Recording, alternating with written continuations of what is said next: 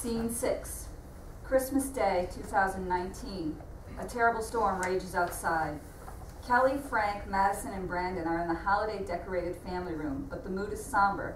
They poke at their phones and computers, sip drinks, and nibble cookies.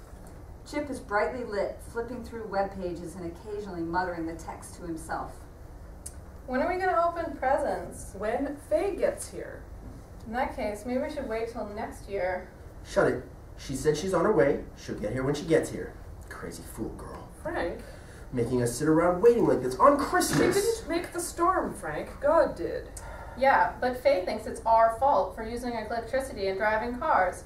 Oh, if only we didn't heat our home, it wouldn't be cold in the winter. That's a gross exaggeration. I have to pay for the sins of my fellow countrymen by walking around in blizzards. If I die of exposure, it's only what we deserve. Madison, on Christmas. Sorry. The doorbell rings, to their relief. Kelly hurries to answer it. She returns shortly with Faye, who takes off one piece of snowy winter wear after another. There are general greetings between Faye and the rest. Kelly wraps Faye in a blanket and hands her a hot drink. Okay, so now we can get on to the good stuff, right? She tosses her phone aside. Chip goes silent and dim. Let's assume you're referring to the sharing Christmas with your family stuff. That reminds me, Mother. Grandma has been so lonely, but how are we going to visit her in this storm? We're gonna drive like normal people. Those are terrible, Potter. I've lived here all my life. I can't handle snow. Brandon, why don't you open the first present? Sure. I open a card. Oh, great! It's a gift certificate to the Frontier Person Trading Post. I can get that new backpack. Like you mentioned, every day for weeks. Thanks, Mom and Dad. My turn. She retrieves and tears open a gift. Oh, earrings. Thrilling. I told you nice jewelry would be wasted on a teenager. Yeah, even the 24-karat diamond kind. Seriously? Cool. Thank you, Daddy. She hugs him, then Kelly. Only the best for my little princess. Okay, for something a bit different, I've been trying out canning. I made everyone different kinds of fruit jelly. I seriously don't eat jelly. Except you, Madison. You get sauerkraut. I hear it's great for the complexion. Thanks. Faye hands around pretty jars to General Thanks. All right, my turn. He opens a box and pulls out a motorcycle helmet.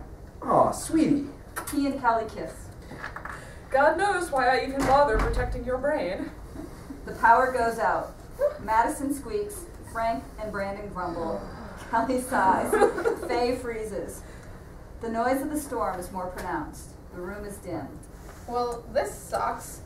Now what do we do? We remember that when Christ was born, he didn't have electricity, and we don't talk about what sucks on Christmas. Mom, do you want your turn with a present? Not in the dark, not really. But what if it doesn't come back on? Oh, whatever. It'll be 10 minutes. Right, because the power company has extra people working on Christmas. It could be hours, Madison. It could be days, many days. Madison snorts. It's true, Maddie. I'm just old enough to remember the blizzard of '78. Some people lost heat and power for a week. There were folks making emergency food deliveries to shut-ins with skis and backpacks. Motorists froze and asphyxiated with snow up past their tailpipes. Roofs collapsed. Houses washed into the sea. Something like 100 people died. Yeah, but that was like the dark ages ago. We must have figured out since then how to protect ourselves. My darling child, just because you know the technology of the latest nanosecond doesn't mean you know diddly squat about history. And what do you know about protecting yourself? Can you start a fire by texting fast enough? Are you even capable of dressing for warmth over fashion? Don't worry about me, sister dear. Unlike you, I just find a man to lead around by the nosebone, bring me food and animal skins, and beat up other nosebone men. Okay, ladies. You need to fight on Christmas, you can take it outside. Some startled laughter from the others, then a pause. What about Grandma? What about her? What if her power went out too? If it did, she would have been on the phone to us in half a second. Chip rings and lights up. The family looks at each other warily. Madison looks at her phone. Nope, it's Aunt Janet. She answers the phone and Chip takes on Janet's characteristics, middle-aged and fearful. Hi, Janet. Merry Christmas. Hi, Madison. Am I on speakerphone? Can everyone hear me? Yeah, go ahead. Are you following the news? What? Right now, we're opening presents, or we would be if we had power. You've lost power too? Just now. Ours has been out for 4 days. People are gathering anywhere that still has heat or food. The pubs are very popular. England just doesn't know how to deal with 3 feet of snow. The family exclaims over that. But you're gonna sit tight with the limeys? What else can I do? Everyone's all, stiff up a lip, have a cup of tea, have a pint.